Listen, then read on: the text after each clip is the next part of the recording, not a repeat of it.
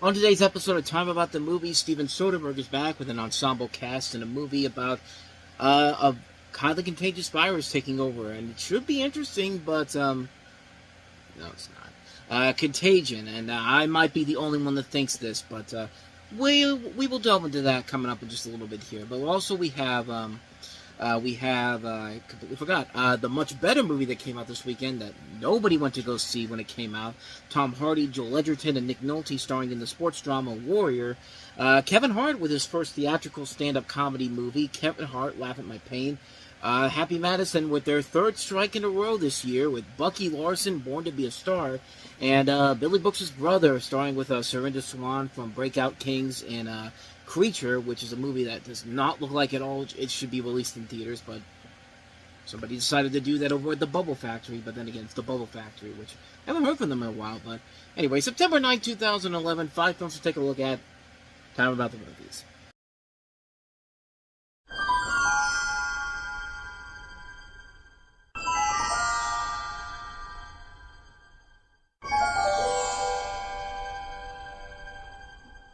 Contagion, rated PG-13, in theaters and IMAX September 9th. Yeah, remember when everybody went to this movie immediately when the COVID pandemic happened and thought, let's go ahead and watch this movie, because clearly we will know the answers of how to figure out how to beat the COVID-19 virus with this, and yeah, that didn't happen. Welcome to Time About the Movies, everybody. It is September 9th, 2011, and we have 5 films to take a look at today. So let's start off with our first movie, Steven Soderbergh's Contagion, which concerns the spread of a highly contagious virus transmitted through respiratory droplets and formites, attempted by medical researchers and public health officials to identify and contain the disease. The loss of social order as the virus turns into a worldwide panic, and the introduction of a vaccine to halt its spread. To follow several interacting plot lines, the film makes use of the multi-narrative hyperlink cinema style popularized in several of Soderbergh's films, and was inspired by real-life outbreaks of the SARS outbreak and the 2009 swine flu pandemic. So, I guess in a way it kind of makes sense to go back to the COVID-19 pandemic with this particular film, but you couldn't have gone to a much better movie than this. I mean, even Outbreak, which is this literally ripping off, that wasn't even that good of a movie. People just went to see those movies because, oh, it's relatable to what was going on in the world, and if we watch these movies, maybe we can outsmart the virus. And no, you can't do that in particular. And I didn't even. This isn't even something where I hated the movie from the beginning. This came up. It's from when COVID happened. I hated this movie ever since I saw it back in the day. I was really disappointed by it because Steven Soderbergh very rarely misses the mark, and boy did he miss it big time here. This movie is pretty lame. I mean, this is a lousy film. Everyone is overacting their asses off. I mean, Matt Damon in that clip there, when they're talking about his wife, seeing his wife, and the doctor's just like, well, she's dead, and she says like, what are you talking about? What happened to her? What happened to her? Like can you I mean, Matt Damon's a good actor, but can you overact any more, man? Like, you're bordering on Freddie Highmore telling Daniel Day Kim, I am a surgeon from The Good Doctor again.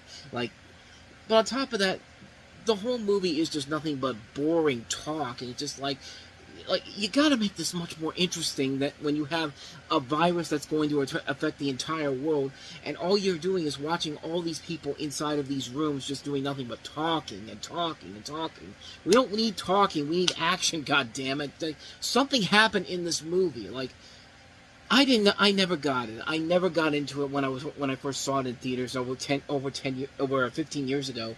Pretty much 15 years ago, but it just never did it for me. I never really got into it. I was bored by it. It's almost 2 hours of your life sitting here just waiting for something interesting to happen, and nothing is there. And it's not the fault of the actors involved. They're trying the best they can here. You've got seasoned veterans, Matt Damon, Lawrence Fishburne, Jude Law, Marion Cotillard, Kate Winslet, Gwyneth Paltrow, Bryan Cranston, Sanaa Lathan.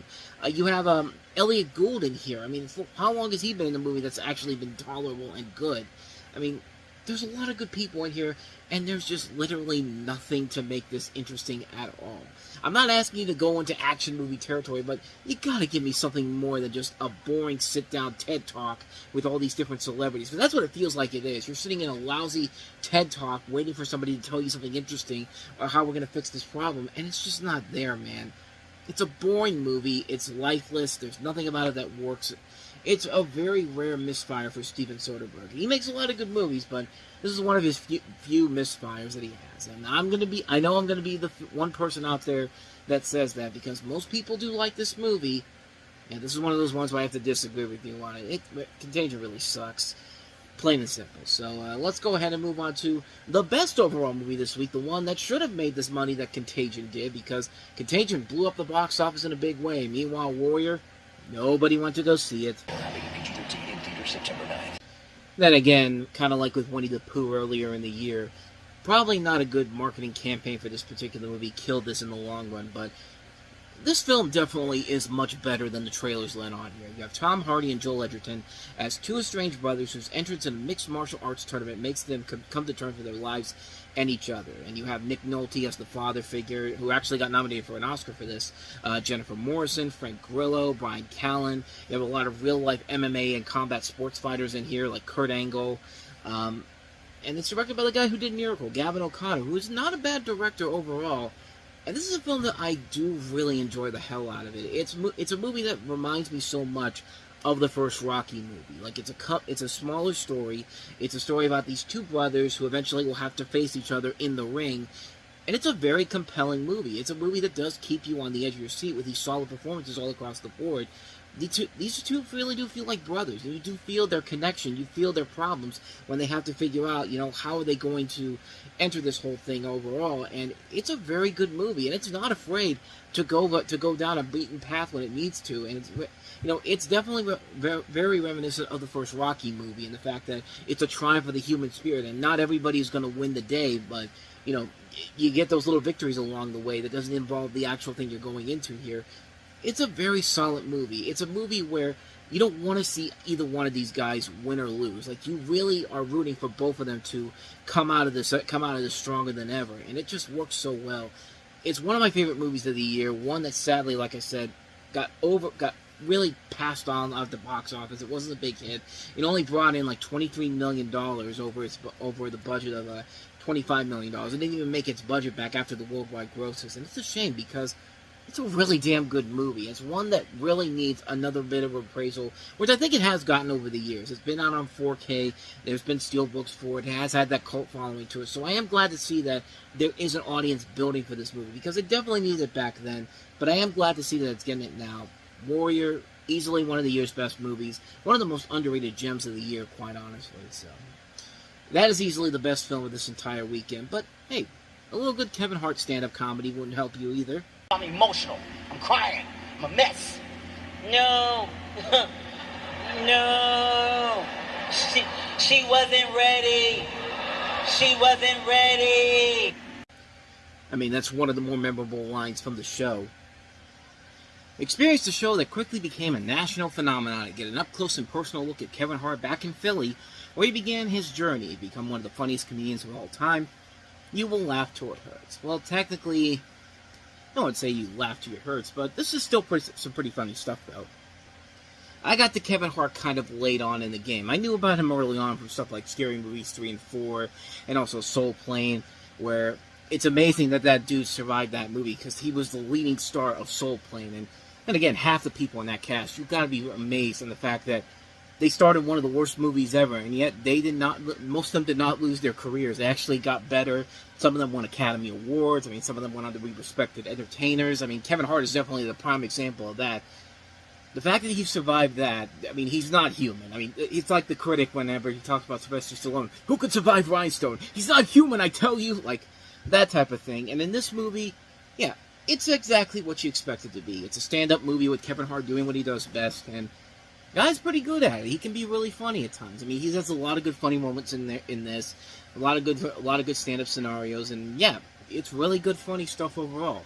I won't say this is the best of the Kevin Hart stand-up movies, because I did see, Let Me Explain and also What Now, which I think are better films, but for most people, this was their reintroduction to Kevin Hart as a whole, because this movie was an unexpected hit. It made $7.5 million, which is more than its budget, $750,000. I mean, that's a lot of I mean, that's a big gap between the budget of a movie and the box office it made for a film that did not get a huge promotion or anything, but lo and behold, there it is. I mean, it was a big hit, and hey, it opened the door for Kevin Hart to make more appearances and everything, and Excuse me.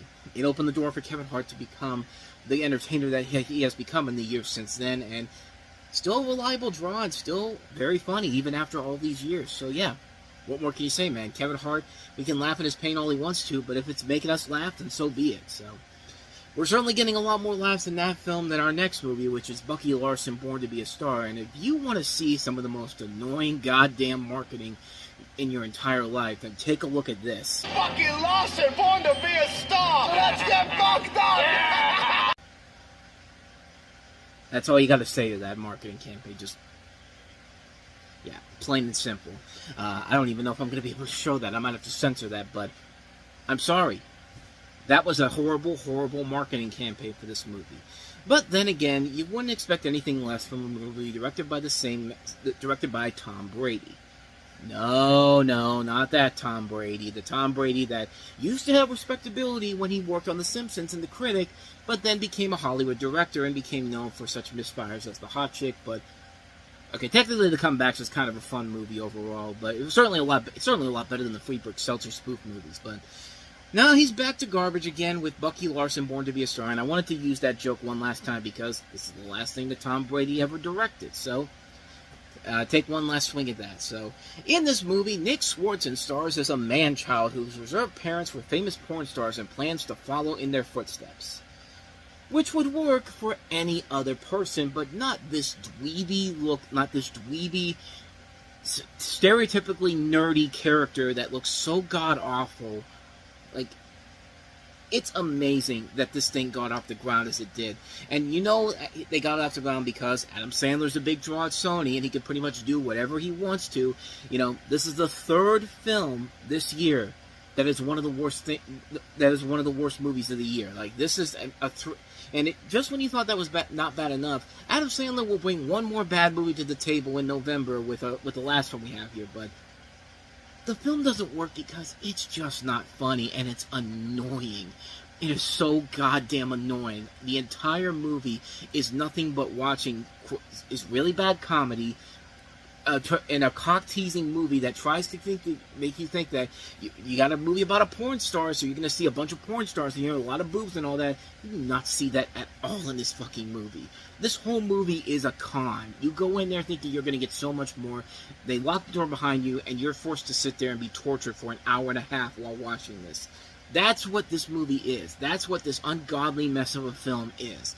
And I'm sorry. I'm the wrong person to say that because, hell, Nick Swardson himself even said that if you don't like this movie, you just don't understand comedy. And if you think I'm kidding, I have the quote right here. Here's what he had to say.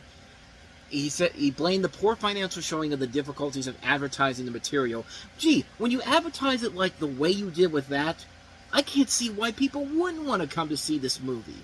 But he says, to promote an R-rated movie with commercials with this character, it was just really, really hard. It was hard to get this movie across to people.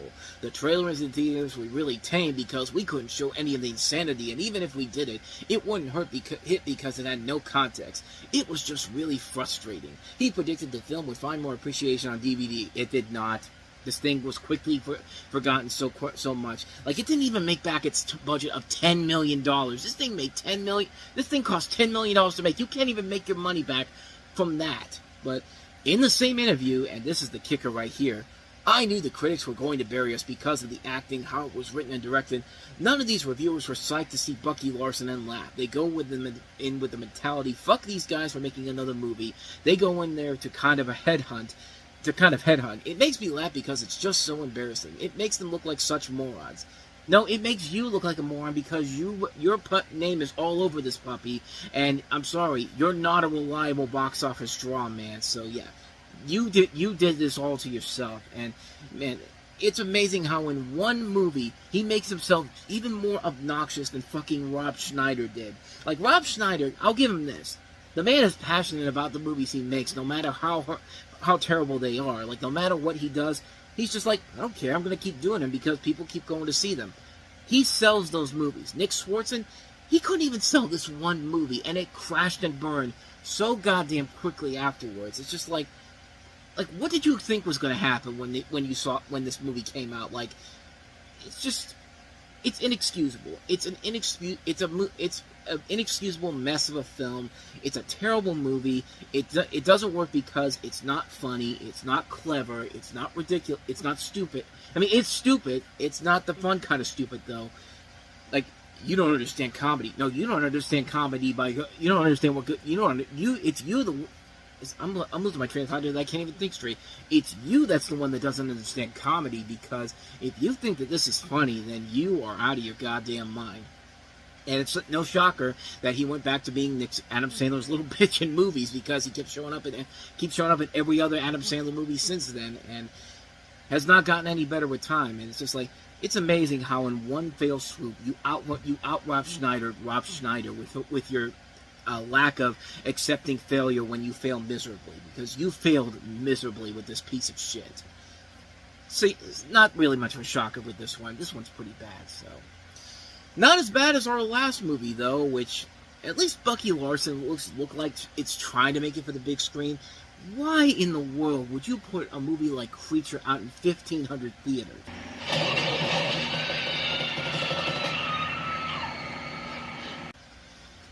Why?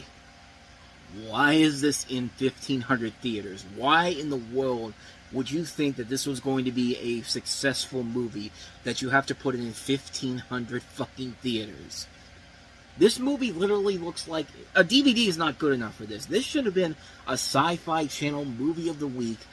But no, some idiot over at the Bubble Factory, you haven't heard from them in a while, and for good reason, because they were never that good to begin with. I mean, really, the Bubble Factory really thought that this piece of shit was going to sell to people, and yeah, what a shocker, it didn't. And like I said, it's been a while since we've heard from them. This is the same company that gave us such memorable masterpieces like Flipper, The Pest, That Old Feeling, McHale's Navy, A Simple Wish, For Richer or Poorer, Slappy and the Stinkers, Bad Girls from Valley High. Like, this was supposed to be their big comeback, you know. After all these years, we're going to relaunch the Bubble Factory and we're going to be more successful than we were under Universal. And no, it was not successful at all. You got Makad Brooks, Billy Brooks' brother from Double Toasted, Surinder Swan from Reacher and also Inhumans and Breakout Kings, Amanda Fuller who plays the daughter on Last Man Standing. Who else? Sid Haig, who plays the Epimonious Creature. The Creature's not even that interesting to look at, and like, he's not playing the Creature. Like, he's playing a guy named Chopper in this, but at the same time, this movie is terrible. It's a lousy movie. It's a sci-fi film blown up for the big screen. It's not scary. It's not intense. There's nothing about it that stands out over anything else. This shit just sucks, man. This is just a terrible movie. I don't think I need to tell you why. It's there in the trailer. It's there out there. Like, whoever decided to put this out in a wide release should have their head chopped off. Quite literally have their head chopped off for this, but yeah. What more can I say about it? Creature. And thus, with all that said, we wrap up another edition of Time About the Movies, and we're starting to get into the time when the dumping weeks of late August and early September are over, and now we're getting into the movies that the studios believe in, and, well, maybe the first one was something that maybe the studios didn't believe in, but it did prove to be one of the more unexpected successes in a long time. The Lion King comes back to theaters, but this time, it's in 3D! A special re-release of that was supposed to last for 2 weeks, but because it went on to become a success, they said, yeah, forget the 2 weeks thing, we're going to keep it in theaters for a long time. But in terms of new releases, we got a good movie out of it, a real good movie. Ryan Gosling in another one of his big movies from this year with the movie Drive. We have Straw Dogs, a remake of the classic Sam Peckinpah movie with James Marsden and Kate Bosworth. I think I got it right. Yeah, I was right. James Marsden and Kate Bosworth are in this movie. And then we also have another one of those comedies with a title that just screams out success. I Don't Know How She Does It. It's an ensemble, though, that stars Sarah Jessica Parker, along with Pierce Brosnan, Kelsey Grammer, Christina Hendricks, and Seth Meyers in one of his few attempts to try to become a film star, which eventually led him back to late-night television, kind of taking the Jimmy Fallon form. But we'll talk about those films coming up tomorrow on the show. And, yeah. we'll delve into those tomorrow. But with all that said, thank you so much for watching this, and I hope you enjoyed this. If you did, I want you to please go ahead and hit that like button, hit that subscribe button, hit that notification button. And also don't forget to check out our playlist and check out the last episode we did. Now, with all that said, whether it's in the past, the present, or the future, I will see you at the movies. Take care.